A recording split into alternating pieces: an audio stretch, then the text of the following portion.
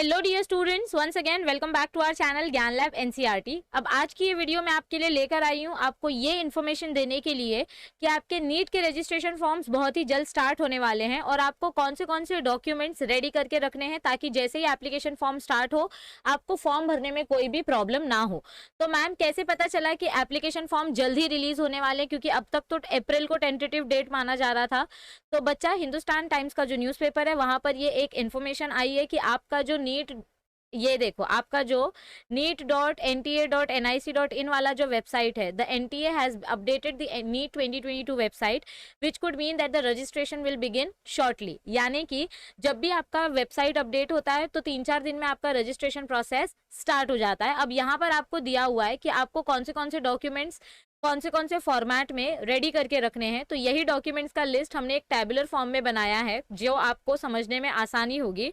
तो let's see कि हमारे डॉक्यूमेंट्स कौन से हमको बनाकर रेडी रखने हैं। तो दीज आर योर डॉक्यूमेंट्स। सबसे पहले तो आपके पास पासपोर्ट साइज फोटोग्राफ होनी चाहिए जो कि एकदम फ्रेश फोटो होनी चाहिए। It should be clicked on the white background, using the white background. Please ध्यान से सुनो, बहुत सिंपल इंस्ट्रक्शंस है। तो लेटेस्ट फोटो होनी चाहिए, यानी कि 2 साल पुरानी फोटो नहीं चलेगी। अभी 6 महीने पहले की अगर फोटो है, यानी कि सितंबर 2021 के बाद की फोटो है, तो वो फोटो चलेगी। It should be clicked on white background और आपका फेस प्रॉपरली कवर होना चाहिए, यानी कि आपको टोपी, गॉगल, चश्मा पहन के फोटो नहीं खिंचाना है।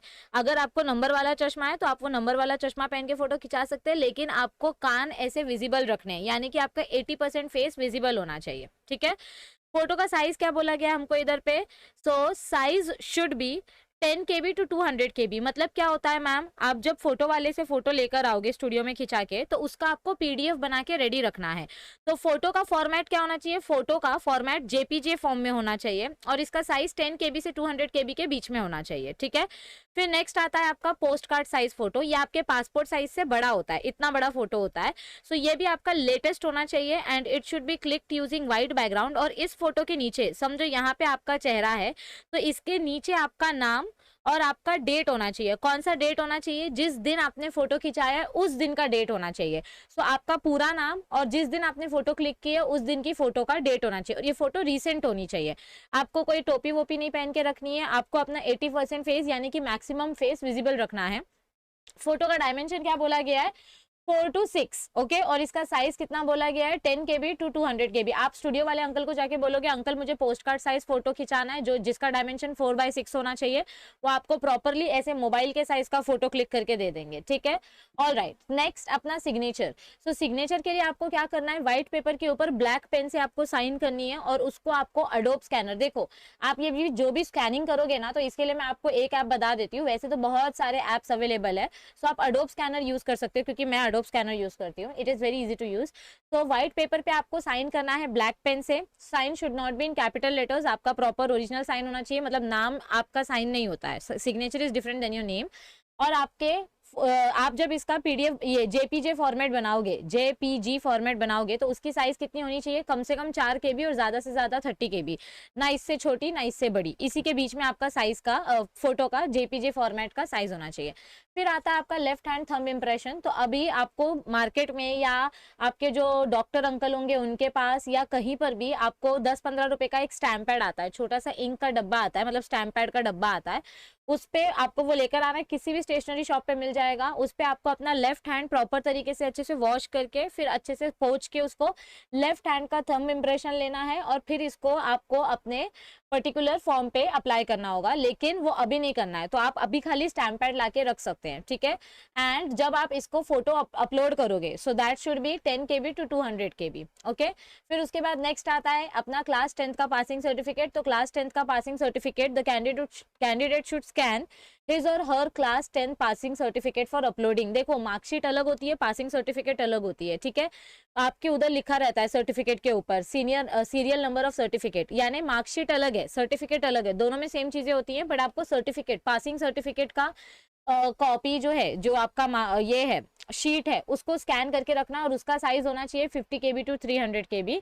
उसके बाद आपका कैटेगरी सर्टिफिकेट आता है। समझो अगर आप किसी भी रिजर्व कैटेगरी को बिलोंग करते हैं, SC ST OBC EWS NT certificate, तो उसका आपको अपना ये वैलिडिटी सर्टिफिकेट बना के रखनी है, यानी कि उसका वैलिडिटी आपको चेक करके रखना है, उसका वैलिडिटी है कि नहीं है। मालूम पड़ा वैलिडिटी एक्सपायर हो गया है तो एडमिशन के टाइम पे बहुत प्रॉब्लम होगी। तो ये सब सर्टिफिकेट का काम अभी से रेडी करके रखो। सारे के सारे फोटोज को स्कैन करके PDF ये JPG फॉर्मेट में और जो भी फॉर्मेट आपको बोला गया है वैसे फॉर्मेट में बना के अपने कंप्यूटर पे रेडी रखो। एक फोल्डर बना के रेडी रखो, नीट फोल्डर करके एक नाम डाल दो और उसमें ये सारी डॉक्यूमेंट्स रेडी रखो स्कैन करके।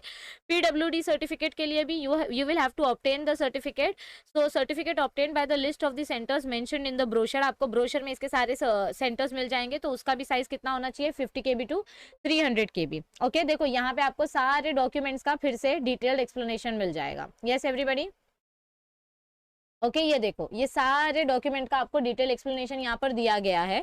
ओके, सो मेक श्योर कि आप ये सारे के सारे डॉक्यूमेंट्स रेडी रखते हैं। जो जिस फॉर्मेट में बोला गया है उसी फॉर्मेट में बनाना है, JPG।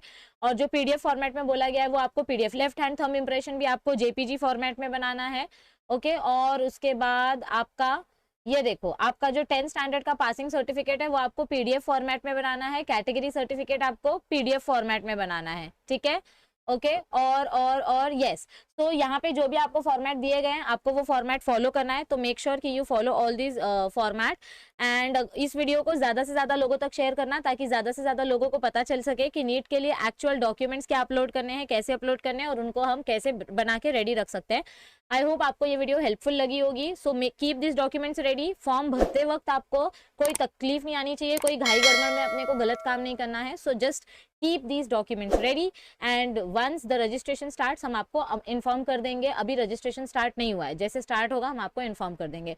So stay calm, all the best, keep preparing in a best way possible and take care of yourself. Bye bye, thank you, stay tuned, see you soon.